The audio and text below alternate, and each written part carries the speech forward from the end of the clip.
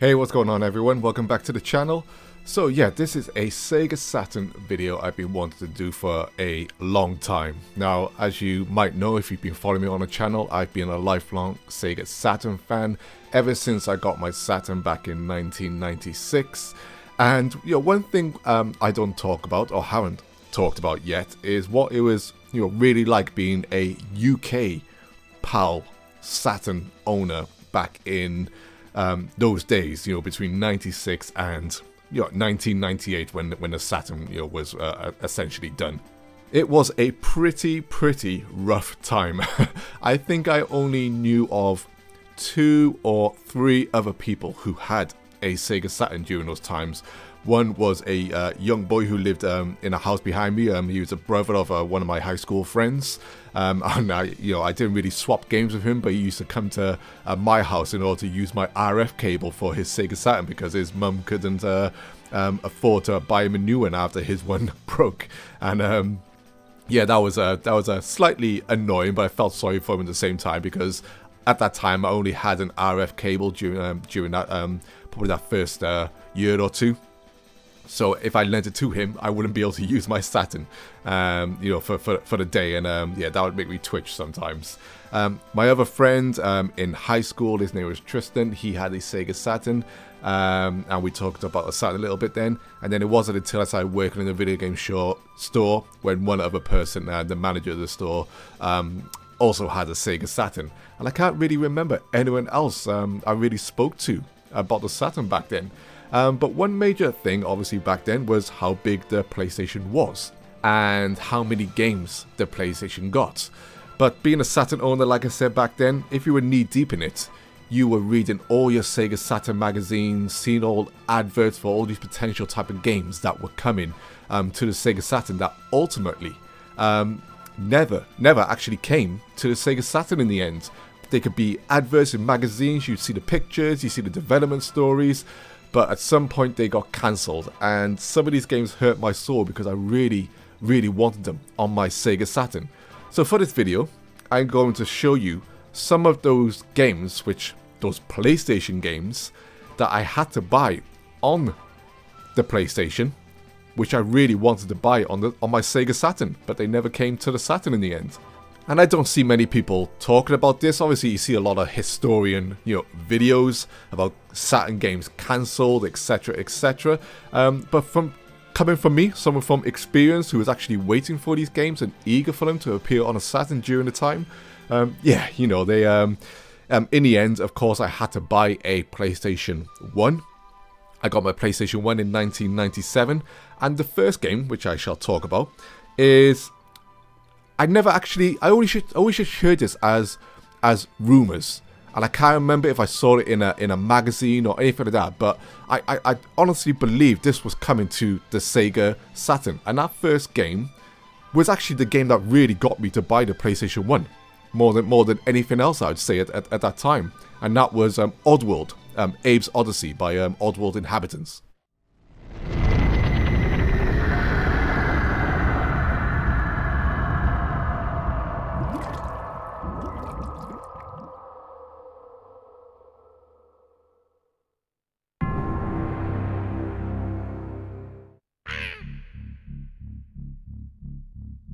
Hello.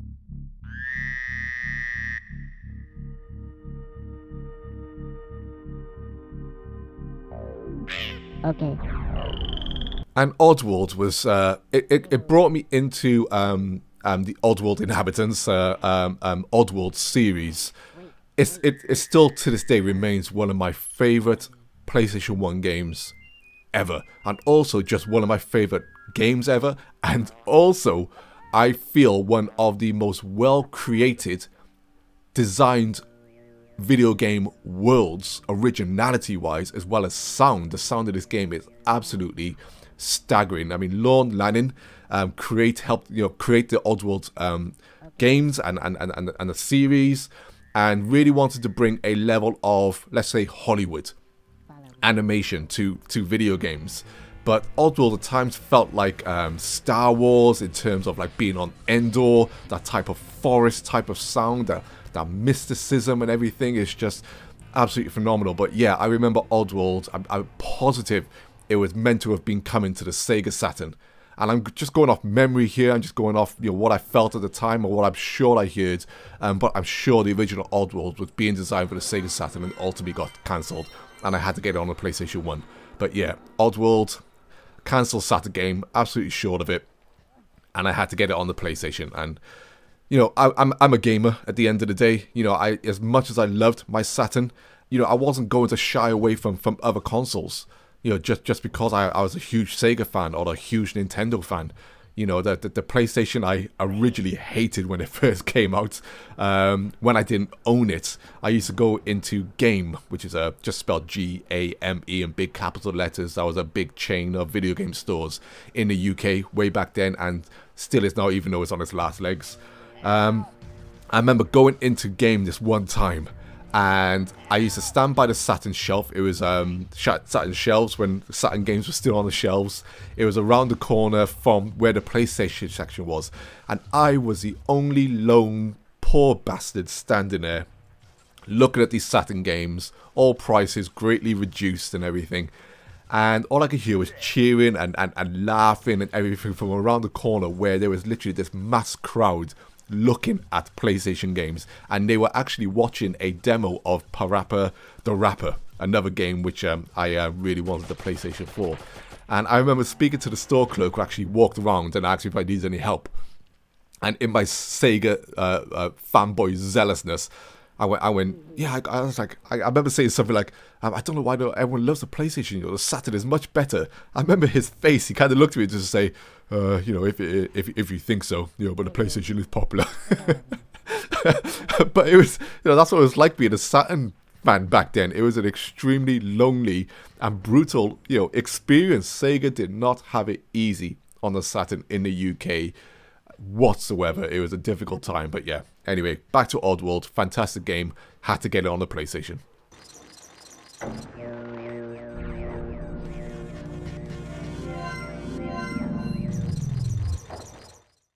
Now, another game which I definitely saw advertised for the Sega Saturn, which you can actually see here in this Sega Saturn like brochure booklet that I have. I actually have two of these. I couldn't find my second one because I was actually a bit annoyed about this one. Because as you can see here in the back, there's actually a list of Sega Saturn games, that were either being, already released or being, planned or coming soon or whatever. This was basically a brochure, to show what was coming to the Sega Saturn. And I distinctly remember in one of these brochures, I used to circle in ink pen the games I actually owned, and then I put like a little tick next to the ones that actually I was thinking of getting. And Destruction Derby 2 was in there. Now the funny thing was, I actually first played Destruction Derby on the PlayStation 1. My friend actually owned the PS1 version. I later bought it on the Sega Saturn, just because I loved my Saturn so much. At that time, and I wanted the Saturn version, and I knew Destruction Derby 2 was coming to the Saturn, but it never materialized. So I later then got Destruction Derby 2 on the PlayStation 1. And for me, Destruction Derby 2 is a much better game than Destruction Derby 1. The races, just for the championships, are much better. And the bowl, the battle arena, where you just basically smash into as many cars as you can and survive for as long as you can, was just so much better and so much fun back then. This is a Psygnosis game, and if you know about Psygnosis, they were later bought by PlayStation during that time, those filthy hounds. And we later, stopped getting Psygnosis games eventually, across other platforms and stuff.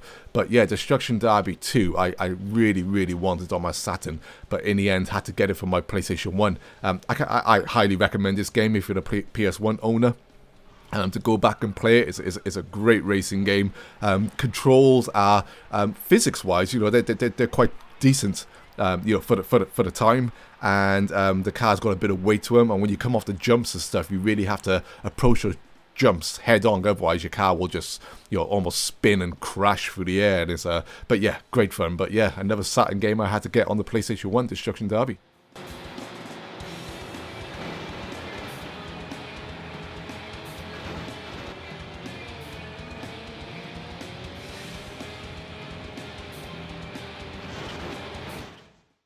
So the next game we have is Ninja Shadow of Darkness. Now this one actually quite hurts because I really at the time did want this one on my Sega Saturn. I was super excited for it. As you can see in this pamphlet here, it was actually advertised as a Saturn game coming, and as you can see, it's also made by Core Design and published by IDOS. And if you know Core Design, gosh, 1996 was when Tomb Raider came out. And as I keep on saying, Tomb Raider came to the Sega Saturn first. Tomb Raider was the game that made me want the Sega Saturn. And I'll say the story again. I saw it being demoed in game on a kiosk pod where we actually had Saturn kiosk pods. You know, many people might not even have seen those, but yes, they did exist at one point. And the level it was demoing was the second level. They're quite famous when you first run out and the wolves first appear and you can see the bear and you can swim in the water. It's an amazing stage. But yeah, I mean, we need to give more credit to the original Tomb Raider as well, because I'll tell you what, I'm not going to talk about Tomb Raider now. We're talking about Ninja Shadow of Darkness. Anyway, Core Design, like I said, they created Tomb Raider, but yeah, this game was advertised for the Saturn, and I really wanted it on my Saturn. Really wanted it, hoping for it because I just love ninjas. I grew up watching kung fu movies and, you know, martial arts movies and samurai movies and all that stuff. So Ninja looked great to me. It was kind of like a top-down isometric beat 'em up, so to speak. And I found it to be really good fun, which I later had to get on my PlayStation 1. But man, I would have loved this game on a Saturn. Absolutely loved it. There was no reason why the Saturn couldn't have run it. This one, I believe, was purely just cancelled for the Saturn because of its declining, you know, sales and popularity. And if you lived during that time, the PlayStation 1 could do nothing wrong. Nothing wrong in terms of publicity, in terms of the amount of games it was getting. It was just doing everything right, and the Saturn was just dying a death in the UK. But yeah, Ninja had to get on my PlayStation 1.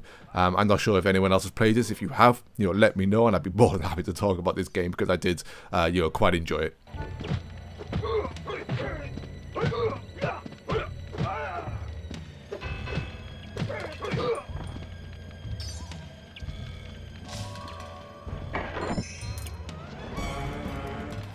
And speaking of another game being advertised in these Saturn brochures and magazines and stuff, I was a huge Micro Machines fan. As you can see here, I got my SNES version. I've also got the Mega Drive version. I forgot to film that one. And then also, as you can see, I've got Micro Machines 3 on the N64. Micro Machines back then was just so much fun. So much fun. But Micro Machines was also advertised. V3 was also advertised for the Sega Saturn, and you know, as I'm showing. And I really would have loved this on a Saturn because I've got the multi-taps and stuff like that. And even though you know, I didn't know that many other people who owned a Sega Saturn, my friends would actually still come around my house and play the Saturn with me. You know, I was quite lucky, and I had the multi-taps and stuff. And Micro Machines, I think, was meant to have been a 4 to 8 player game. I think it was 8 player. It was planned to be, I can't remember. But yeah, I wanted V3 on the Saturn, you know, desperately, but it never came. So I ended up getting it first on the PlayStation 1. And then I later got it on the N64, because the N64, obviously, for LAN gaming was just the place to be. But man, yeah, I would have loved Micro Machines on the Sega Saturn. I think it would have suited that Saturn library very well. And it's just a shame that it didn't come. I don't know why this one was cancelled, you know, to be honest. But you know, just like with all Saturn games, it was just popularity, sales declining most likely, and just developers just moving on, unfortunately.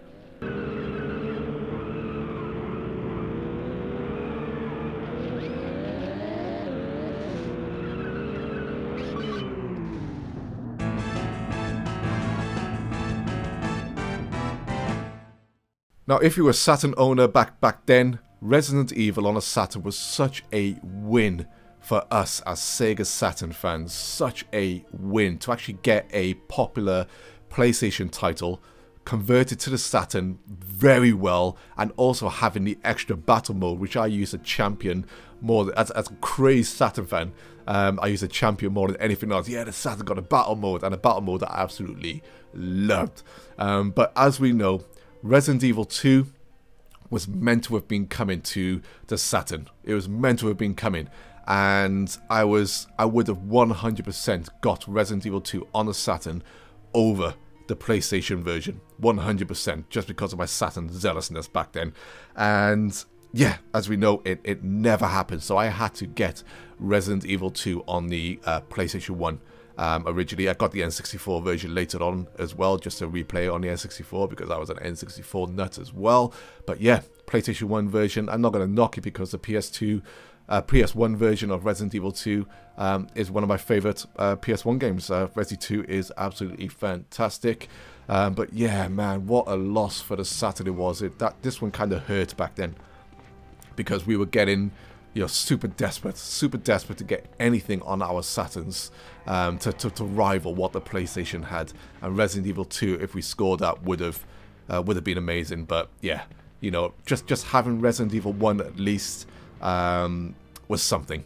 And I still utterly love Resident Evil 1 to the point where I actually personally preferred it over Resident Evil 2. Maybe because I played it so much on the Saturn, more so than I played Resi 2. And like I said, just being in that Saturn moment. But yeah, what a shame we didn't get Resi 2. And there's lots of stories to it. Go and look it up online. But yeah, what a shame.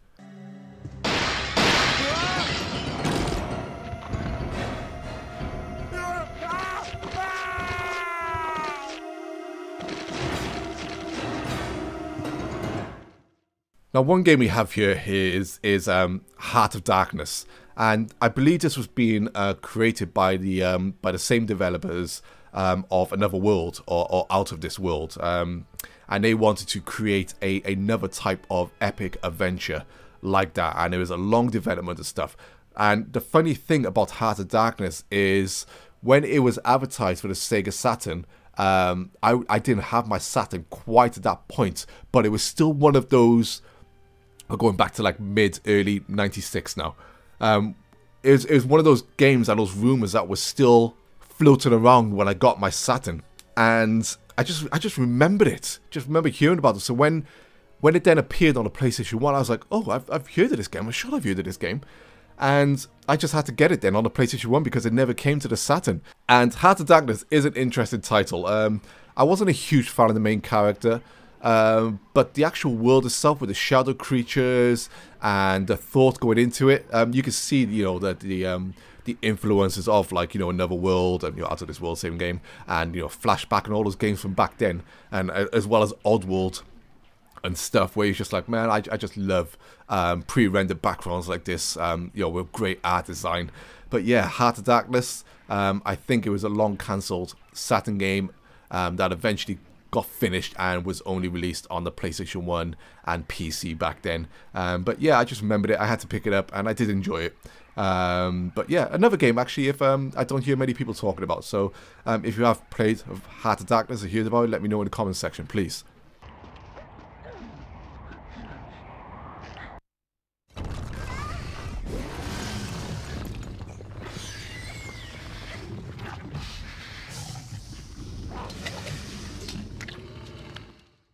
Another game that hurts here was Grandia for the meant to have been coming to the Sega Saturn. It did come to the Sega Saturn, but only released in Japan. Now, Grandia was being bigged up for so long in my Sega Saturn official magazines for so long, and we were desperate as Saturn fans. It's just during that era where RPGs were at their height, and Saturn was getting its own RPGs, you know, of course, you know, and I was playing every single one of them that released over here in the UK. But Grandia, man, this one hurt me because I was super excited for it. Sega Saturn magazines were doing guides, you know, if you wanted to import a Japanese version, and we were just all having our fingers crossed that it would get localized, but it never did. So during that time then, it released on the PlayStation 1. I bought it on PS1, played it, completed it. One of the best RPGs of that generation. Absolutely love it.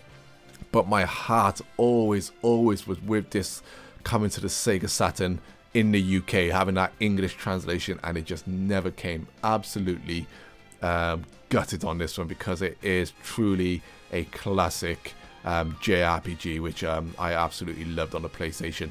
And if you look a bit more into it now, during that time, the Saturn and PlayStation N64 all had their own unique, architectures and stuff. And if you know about the Saturn VDP, your graphic style and stuff, especially with water, the way the water shimmered, which I grew to love it, like Panzer Dragoon Spy and stuff like that, and Panzer Dragoon Saga and everything. The Saturn version had actually some better looking water, in my opinion, and in many people's opinions, that you go back and compare these two games between the Saturn and PlayStation 1. But you can't. I won't go back now and trumpet stuff like that, because the PlayStation 1 version, yeah, sure, it is it does things slightly different, but at the end of the day, grandeur unto itself is still a fantastic game. And it's just a damn shame that it didn't come to the Saturn, so I had to get it on the PlayStation 1. This'll teach you, punk! Oh!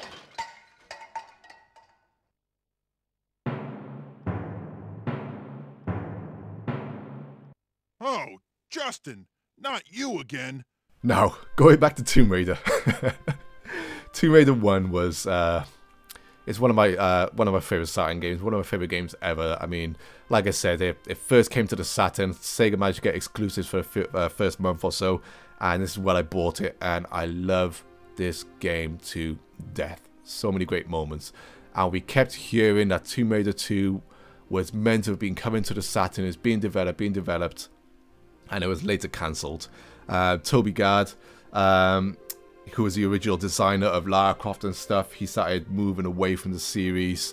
I think he really wanted it on Sega machines as well and stuff, but bureaucracy got into the way.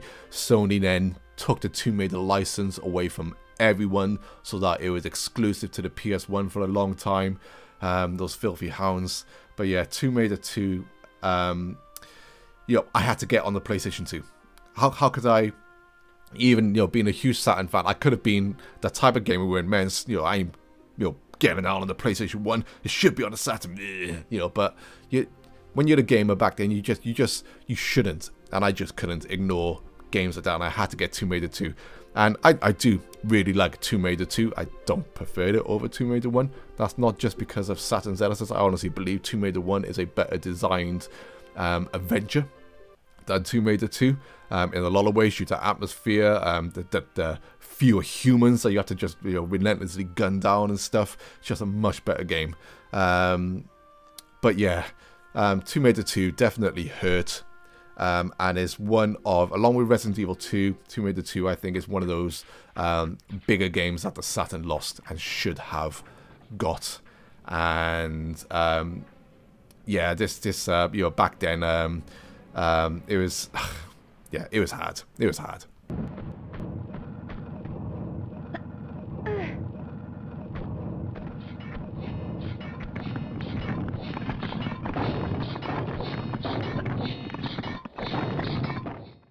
And then finally the last game, which is actually another core design game. So what we've had like Ninja, Shadow of Darkness, we've had Tomb Raider, and now we got Fighting Force. And Fighting Force was going to be a big game. If you learn a bit about the history, it was actually meant to have been a Streets of Rage game. It was being highly advertised for the Saturn in all my Saturn magazines. But yeah, things went wrong. Couldn't make it work. The Saturn version was being worked on as it got changed, as the Streets of Rage stuff got dropped by Sega and Core Design and stuff like that, and eventually got reworked and never came out of the Saturn. I think it pretty much went up to the wire with this game as well, and yeah, it just never released. And even though I was more hungry for this on a Sega Saturn, just being that desperate Saturn fan to get any game you could possibly get on your Saturn compared to the PlayStation at that time, I wasn't like super excited for Fighting Force. I actually thought it looked just okay, as a beat 'em up. But being on being a lover of Streets of Rage and having like Guardian Heroes on the Saturn, and then wanted another beat 'em up, I did still want it.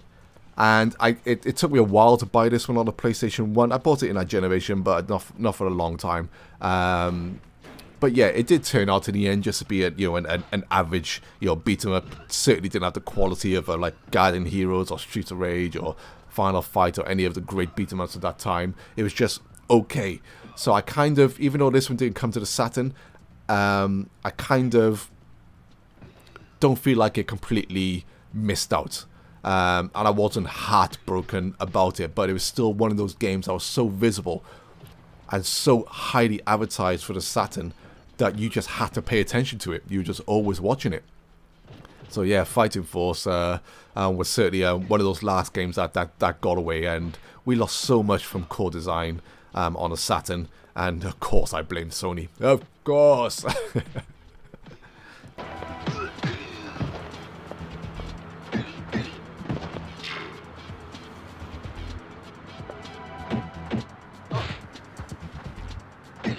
Those were some of the PlayStation 1 games that I wanted on my Sega Saturn that were meant to have come to the Sega Saturn but never did. There were other cancelled Saturn games, of course there were, but these were the ones to me that I really wanted on my Saturn, and I was for the most part gutted that they were cancelled.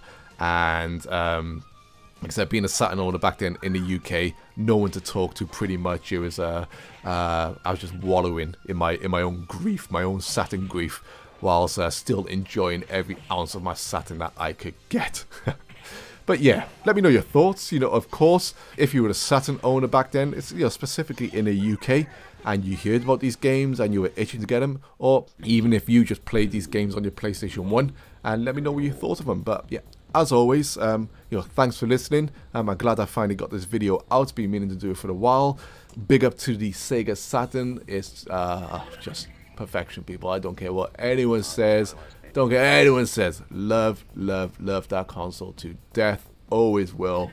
Love it. Thanks for listening. Take care all, and peace.